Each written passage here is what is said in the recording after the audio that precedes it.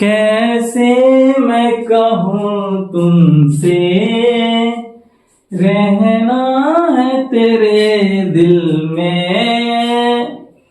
जय हिंद दोस्तों, मैं हूं दिनेश। आप सभी को मेरे YouTube चैनल पे बहुत बहुत स्वागत है।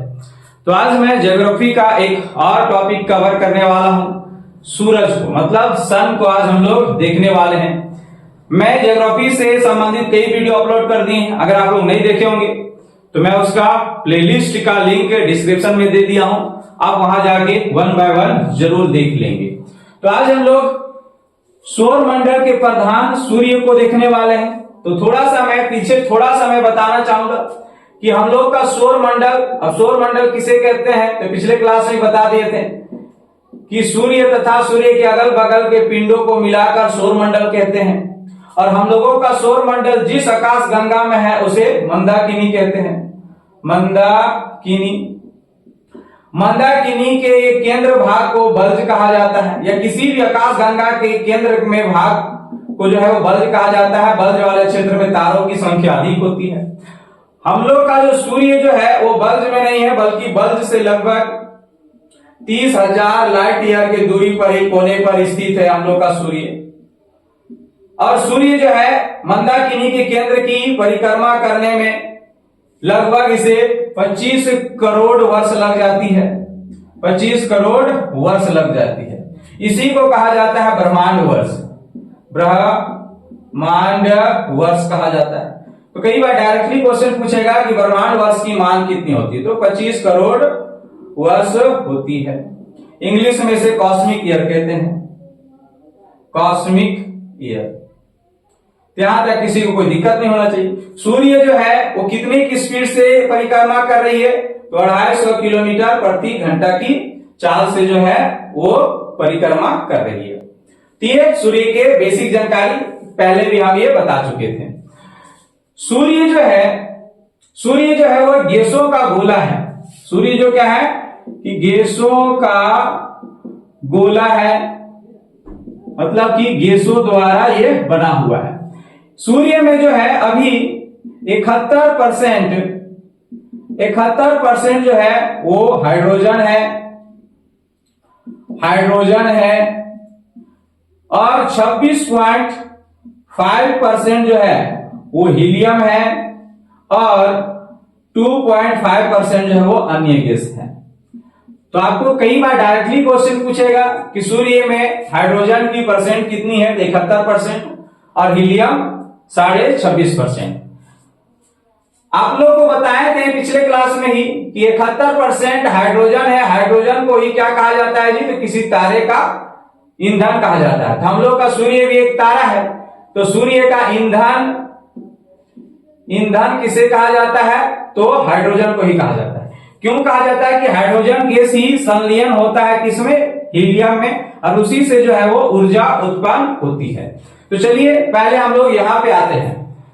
सूरज को परत को देखा जाए तो 6 परत में हम लोग इसे विभक्त कर सकते हैं। सबसे अंदर का जो भाग है उसे कोर कहते हैं, हिंदी में केंद्रक। ये सबसे गर्म भाग है। कोर जो है वो सबसे गर्म भाग है। बात करें कोर की तापमान, तो कोर में तापमान जो है वो 1.5 इंटू 10 का पावर 7 डिग्री सेल्सियस है।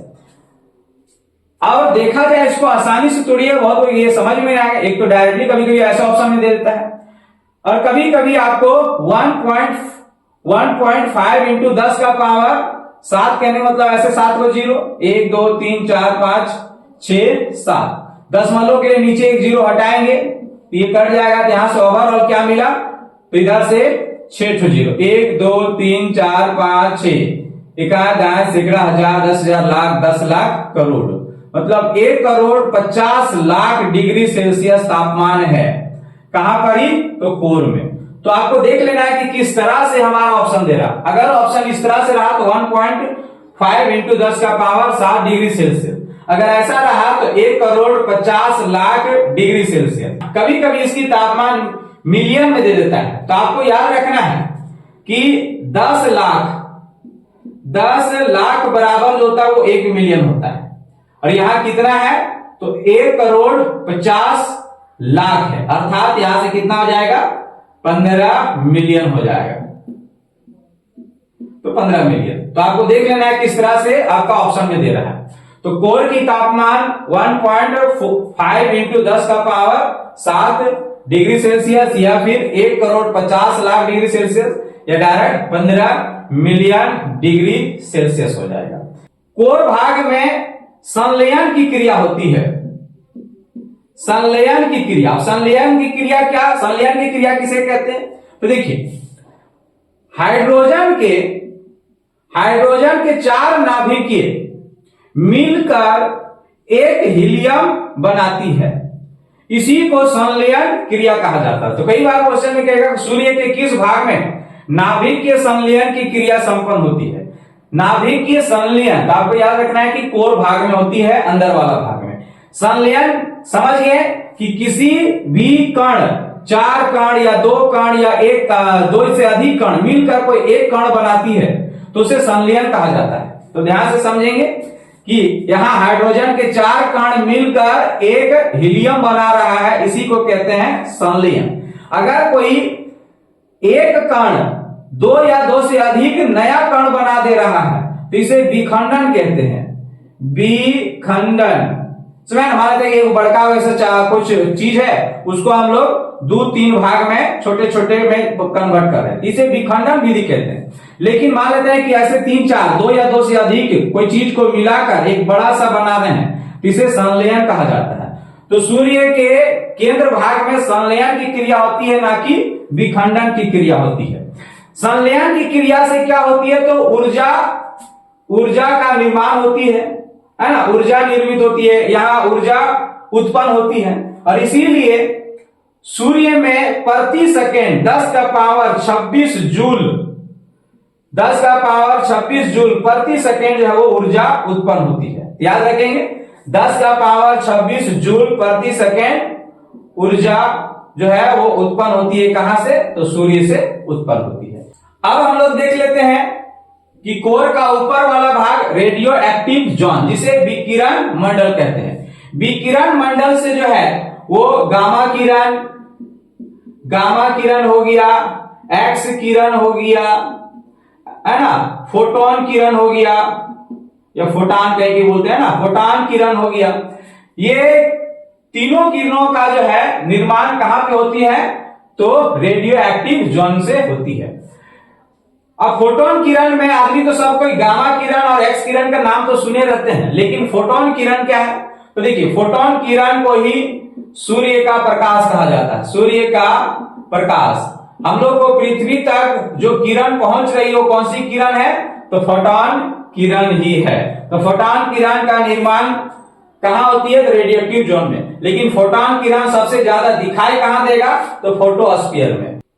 तो सूर्य के सबसे अंदर वाला भाग को कोर कहते हैं, उसके जस्ट ऊपर वाला को रेडियो एक्टिव जोन कहते हैं, उसके जस्ट ऊपर वाला को कन्वेक्टिव जोन कहते हैं, हिंदी में संवहन मंडल कहते हैं।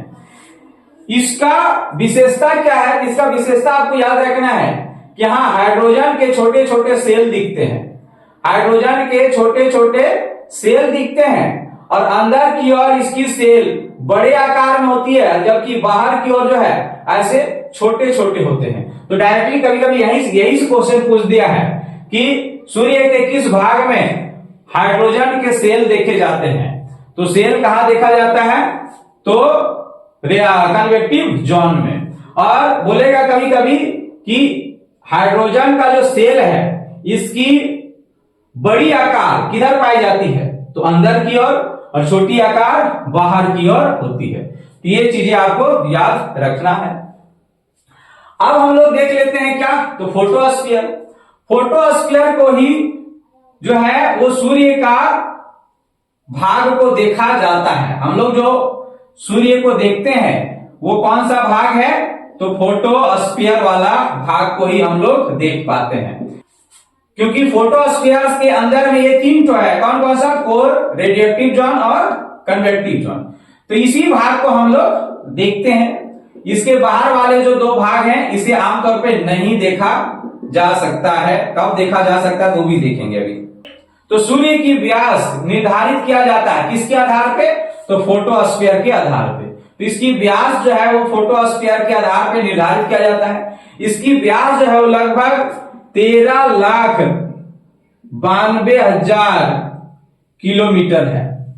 13,92,000 किलोमीटर इसकी व्यास है, जो हम लोगों को पृथ्वी का व्यास से लगभग 109 गुना है।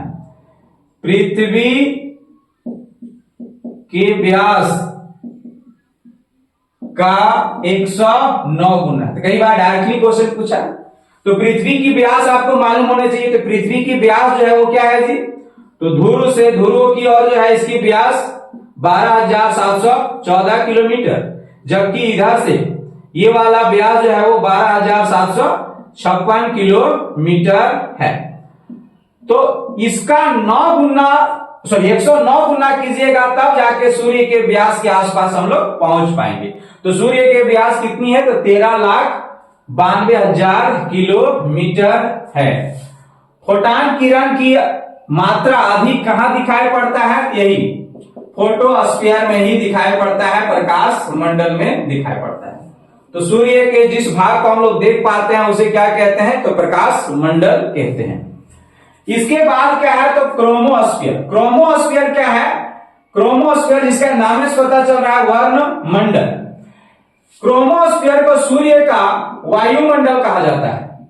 वायुमंडल मतलब कि जैसे कभी हम लोग का पृथ्वी ये वाला है और पृथ्वी के ऊपर में वायु है ना जी, वायुमंडल है।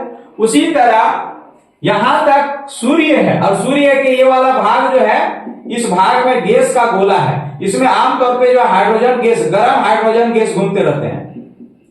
गर्म हाइड्रोजन गैस घूमते रहते हैं किसमें, तो वर्णमंडल में। इसी को सूर्य का वायुमंडल कहा जाता है।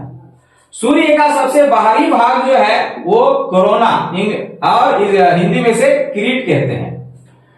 ये कोरोना हमेशा दिखाई नहीं देता है, ये सूर्य ग्रहण के दौरान दिखाई देता है। सूर्य ग्रहण के दौरान दिखाई देता है कौन, तो कोरोना। इसे सूर्य का मुकुट भी कहा जाता है। सूर्य का मुकुट याद रखेंगे, सूर्य का मुकुट किसे कहते हैं, तो कोरोना को कहते हैं। सूर्य का सबसे बाहरी भाग कौन है, तो कोरोना, किरीट, जो भी आपको याद रखना है। इस तरह से छवो याद रखना, सबसे अंदर में कोर है, उसके बाद रेडिएटिव जोन है, उसके बाद कन्वेक्टिव जोन है, उसके बाद फोटोस्फीयर, क्रोमोस्फीयर, उसके बाद कोरोना है। यहां तक किसी को कोई दिक्कत नहीं होना चाहिए कि किसमें क्या क्या है। यहां से नॉर्मल क्वेश्चन यही पूछता है कि सूर्य का किस भाग में सबसे ज्यादा तापमान है, तो कोर में है। बोलेगा कि सूर्य के किस भाग में हाइड्रोजन गैस का सेल देखे जाते हैं, तो आपको याद रखना है कन्वेक्टिव जोन में याद रखना है। सूर्य का वायुमंडल किसे कहते हैं, तो क्रोमोस्फीयर को। और सूर्य का मुकुट किसे कहते हैं, तो किरीट या कोरोना को याद रखना है। अब हम लोग सौर ज्वाला और सौर कलंक देखने वाले, इंग्लिश में सोलर फ्लैम और सोलर स्पॉट। बहुत सारे स्टूडेंट इसमें कंफ्यूज होते हैं कि किसे सौर ज्वाला कहते हैं और किसे सौर कलंक कहते हैं। तो ध्यान से इसे समझिएगा, तो आपका कोई दिक्कत कभी भी नहीं होने वाला है। तो देखिए, अभी हम बताएं कि सबसे ज्यादा गर्म जो है वो कहां पे है, तो कोर भाग में है। कोर भाग में जो है इतनी ऊर्जा उत्पन्न होती है कि यहां दबकते रहता है, खोलते रहता है, यहां ब्लास्ट होते रहता है। और ब्लास्ट होने के कारण ये कैसी, आपको पहले याद रखना है कि सूर्य जो है वो प्लाज्मा अवस्था में, प्लाज्मा अवस्था मतलब ना ही ये ज्यादा लिक्विड है और ना ही ये ठोस है, लथर लथर वाला है ये। तो यहां सूर्य के कोर भाग में यहां क्या होती है, तो बहुत सारी ऊर्जा उत्पन्न होती रहती है और यहाँ बहुत ज्यादा ब्लास्ट होती रहती है। नहीं देखते, अगर हम लोग पानी को खोलाते हैं तो देखते हैं डबकने लगता है। और गलती से अगर मान लेते हैं कि आप डेगची में खोला रहे हैं और अगल बगल में आप बैठे हुए, गांव देहात वाला आपको ज्यादा समझ में आएगा, क्योंकि ठंड के मौसम में अगर हम लोग चूल्हा है ना, चूल्हा के बगल में बैठे रहते हैं और यहाँ डेगची में पानी खोलाते रहते हैं, तो पानी खोलता है तो देखिए एक आध बूंद उछल के आके हम लोग का पैर में पड़ जाता है। तो उसी तरह यहाँ दबक रहा है। उसी तरह क्या होता है, यहां पर भी क्या होता है कि खोलते रहता है। यहां तो जल में कितना डिग्री सेल्सियस होता है जी, अधिक से अधिक अगर आप गर्म कीजिएगा तो 100 डिग्री सेल्सियस होता है, क्योंकि जल का क्वथनांक कितना होता है, 100 डिग्री सेल्सियस होता है। और यहां कितना है, तो देख रहे हैं ना, 1.5 इंटू 10⁻7 डिग्री सेल्सियस है, मतलब कि 1,50,00,000 डिग्री सेल्सियस है। तो सोचो यहां कितना भयानक ब्लास्ट हो रहा होगा। तो जब यहां ब्लास्ट होती है ना, तो कुछ सूर्य के कुछ भाग जो है, कुछ टुकड़ा जो है, यहां से इसको चीरते हुए ये दो में नहीं, केवल फोटोस्फीयर में, ये दो आप याद हटा देना है। सौर कलंक और सौर ज्वाला जो है वो आमतौर पे फोटोस्फीयर भाग में देखने को मिलते हैं। तो जब ये कोर भाग में यहां पर ही डबकता है, यहां ब्लास्ट होते रहता है, तो यहां से कुछ सूर्य का कुछ छोटा सा कण जो है यहां से इसको फाड़ते हुए, चीरते हुए जो है यहां से निकल जाता है। तो आपको इस तरह से लिखना है कि सूर्य का वह ज्वाला, सूर्य का ज्वाला मतलब समझिए यहां जो सूर्य में डबक रहा है वही वाला जो बाहर फेंकाया है। तो सूर्य का वह ज्वाला जिसका तापमान 6000 डिग्री सेल्सियस या उससे अधिक हो, तो वो सूर्य से पलायन कर जाता है। तो आपको पहले ध्यान याद रखना है कि सूर्य का पलायन वेग कितनी है, पलायन वेग एस्केप वेलोसिटी, तो आपको याद रखना है 617.5 किलोमीटर प्रति सेकेंड है। कहने का अर्थ है जैसे कि हम लोग का पृथ्वी है, तो पृथ्वी का पलायन वेग कितना है, एस्केप वेलोसिटी कितना है, तो आपको याद रखना है कि 11.2 किलोमीटर प्रति सेकेंड है। मतलब कि कोई वस्तु का अगर हम प्रति सेकेंड 11.2 किलोमीटर फेंकेंगे स्पीड से, तो वो वस्तु वापस पृथ्वी पे लौट के नहीं आएगा। उसी तरह ये सौर ज्वाला में यदि 6000 डिग्री सेल्सियस है या 6000 डिग्री सेल्सियस से अधिक तापमान है, तो ये सूर्य के एस्केप वेलोसिटी से क्या हो जाती है, तो पलायन कर जाती है, मतलब सूर्य पे लौट कर नहीं आती है। और जब ये सूर्य से पलायन हो गया, तो सूर्य हम बताएं कि हम लोग का सूर्य है, और सूर्य के चारों ओर क्या है, सूर्य के चारों ओर खगोलीय पिंड है, जैसे ग्रह है, उपग्रह है, उल्का पिंड है, क्षुद्र ग्रह, ये सब है ना। तो वो मान लेते यहां से कोई ज्वाला ऐसे उठा, तो ये कहीं ना कहीं जाके किसी के ऊपर तो गिरेगा। तो यदि हम लोग का पृथ्वी ऊपर गिरेगा इस तरह से, अगर हम लोग का पृथ्वी यहां पर ही है और पृथ्वी भी क्या है, तो पृथ्वी में गुरुत्वाकर्षण बल है। पृथ्वी को समझे में नहीं आता है कि आग का गोला है, पृथ्वी अपना गुरुत्वाकर्षण के कारण जो इसे अपनी ओर खींच लेता है। तो हम लोग का पृथ्वी के कवच किसे कहते हैं, वायुमंडल को। तो ये क्या करता है कि ये ज्वाला जो आ रहा है, ये वायुमंडल से टकराती है, और जब वायुमंडल से टकराती है तो यहां से एक प्रकाश उत्पन्न होती है, लाइट उत्पन्न होती है। इस लाइट को अरोरा कहा जाता है। क्या कहा जाता है, अरोरा। अब आप लोग एक नाम जरूर सुने होंगे, अरोरा बोरियोलिस, और दूसरा अरोरा ऑस्ट्रेलिस। तो इसी से संबंधित है, क्योंकि पृथ्वी के ध्रुवों के पास ये उत्तरी ध्रुव नॉर्थ पोल और ये साउथ पोल, पृथ्वियों के ध्रुवों पास जो है वो ग्रेविटी ज्यादा होती है, जिसके कारण ये जो सूर्य से निकला हुआ जो ज्वाला है उसे नॉर्थ या साउथ अपनी ओर खींचने की कोशिश करता है। यदि नॉर्थ की ओर खींच लेता है तो नॉर्थ में ये जाके टकराता है, तो नॉर्थ के वायुमंडल से टकराता है और वहां से एक लाइट उत्पन्न होती है, तो उसे कहा जाता है अरोरा बोरियोलिस। और यही अगर साउथ की ओर जाके टकराता है तो इसे कहा जाता है अरोरा ऑस्ट्रेलिस। यही दो अंतर है। और टकराहट के कारण एक ध्वनि भी उत्पन्न होती है। इस ध्वनि को जो है वो भिसलर कहा जाता है, भिसलर। तो यहां तक किसी को कोई दिक्कत नहीं होना चाहिए। तो सिंपल सा याद रखेंगे कि यहां पर ही सबसे ज्यादा खोल रहा है, खोलने के कारण, यहां डबकने के कारण एक आध बूंद जो है वो फाड़ते करते इसे निकलता है। और यहां आते आते अगर इसका तापमान 6000 डिग्री सेल्सियस रहा या उससे अधिक रहा, तो इससे भी निकलकर सौर मंडल के किसी पिंडों पे जाके गिरती है। तो हम लोग का पृथ्वी में यहां के गिरेगा तो उसे अरोरा कहते हैं। नॉर्थ में गिरा तो अरोरा बोरियोलिस, साउथ में गिरा तो अरोरा ऑस्ट्रेलिस। अब देखते हैं कि सौर कलंक किसे कहते हैं। तो देखिए, आप लोग देखते होंगे, इसीलिए कहते हैं कि बोलचाल भाषा में ही पढ़िए तब ज्यादा समझ में आए। जैसे कि हम लोग ये चूल्हा में एक बर्तन में जो है वो पानी डबकने के लिए दे दिए हैं, और ये बर्तन खुला वाला बर्तन है, डेगची है, डबक रहा है। तो आप लोग देखते हैं कि जब डबकता है ना तो कुछ बूंदे यहां से पलायन, इस डेगची से पलायन होकर नीचे गिर जाता है, और कुछ क्या होता है कैसे और फिर रिटर्न आ जाता है। तो जो बूंदे डेगची से जो है वो पलायन करके नीचे गिर जाता है तो उसी को कहते हैं सौर ज्वाला। और ये यहाँ किसी ना किसी को ऊपर आके गिरेगा। अगर अगल बगल में हम बैठे हैं तो मेरा ऊपर गिरेगा या तो पृथ्वी पे आके गिरेगा, यही तो होता है ना। तो इसी तरह या जब सूर्य से पलायन कर गया तो ये कहां आके गिरेगा, तो किसी पिंड पे आके गिरेगा। तो हम लोग के यहां गिरा तो हम लोग अपना नाम दिए हैं। लेकिन जो वापस चला जा रहा है तो कौन वापस जाएगा, तो देखिए जब यहां सूर्य का कोई ज्वाला यहां से उठा और उठा तब यहां आने के समय आते आते जो है इसकी तापमान जो है इस ज्वाला का तापमान जो है यहां आते आते 4000 डिग्री सेल्सियस हो गया। तो ये पलायन नहीं कर पाएगा, ये कुछ दूर ऐसे उछलेगा और फिर यहीं पे आके गिरेगा या फिर यहीं आके थम जाएगा। तो देखिए इधर से जो ज्वाला आया है, इधर से जो ज्वाला आ रहा है उसकी तापमान कितना है, तो 4000 डिग्री सेल्सियस है। और प्रकाश मंडल का तापमान कितना है, तो 6000 डिग्री सेल्सियस है। इसका मतलब प्रकाश मंडल ज्यादा चमक रहा होगा और ये जो इधर से आया है वो कम चमक रहा होगा। तो दूर से देखने से ये तनी धब्बा जैसा दिख रहा होगा, धब्बा जैसा दिख रहा होगा। क्यों, क्योंकि इसकी तापमान इसकी देखो, अब मान लेते हैं हमारे गाल को ही, अब गाल में देख रहे हैं कि कितना गोरा है, कहीं पर ही थोड़ा सा काला जैसा लगा देंगे तो दूर से क्या लगेगा, काला लगेगा ना, धब्बा जैसा लगेगा।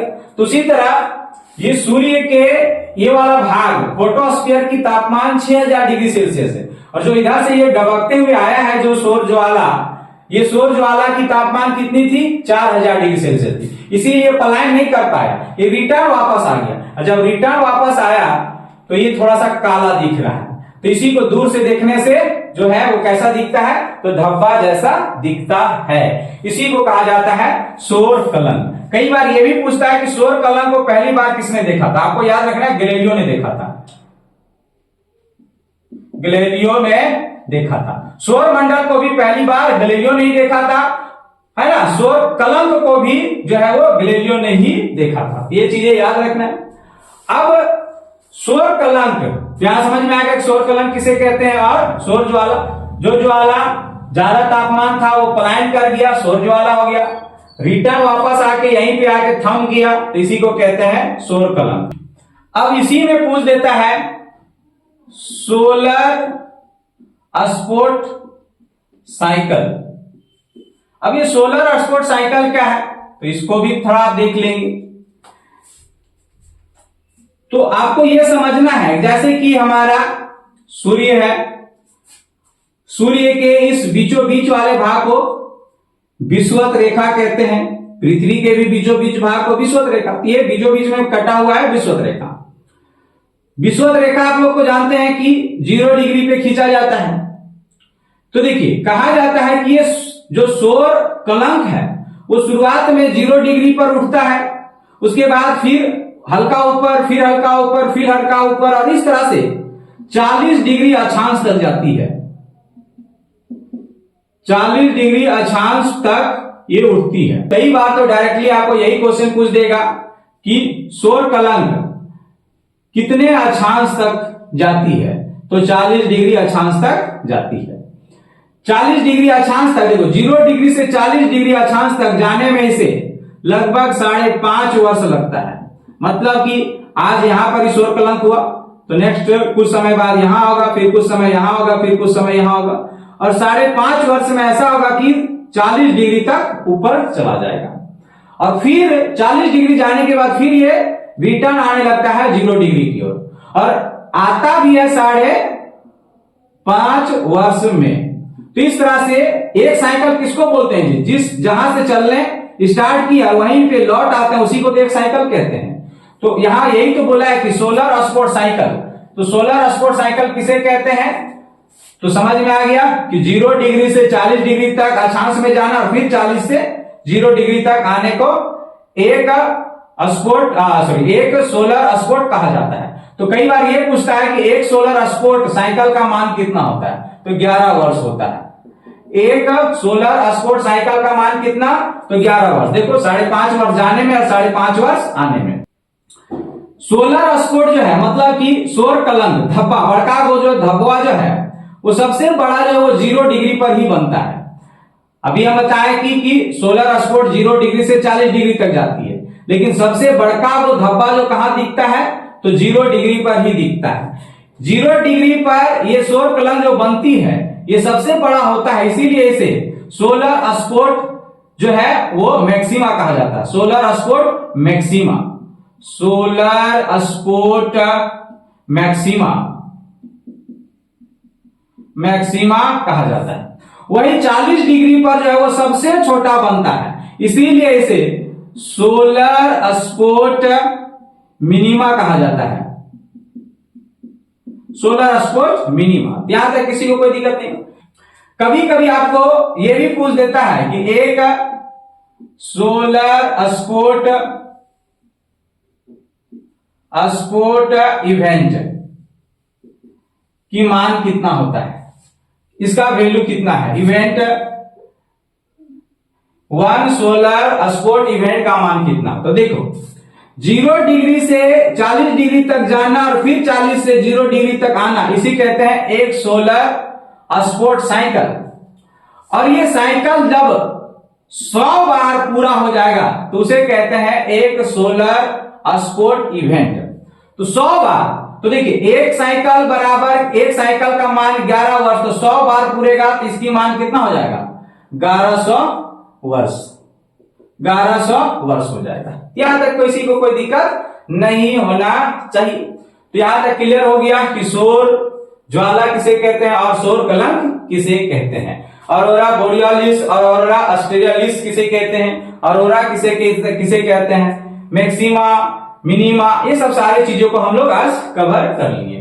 तो आज हम लोग सूर्य के लगभग चीजों जो एग्जाम के दृष्टि से इंपॉर्टेंट था उसे हम लोग कवर कर लिए। चलिए मिलते हैं इसी तरह इंटरेस्टिंग टॉपिक के साथ, तब तक के लिए गुड बाय।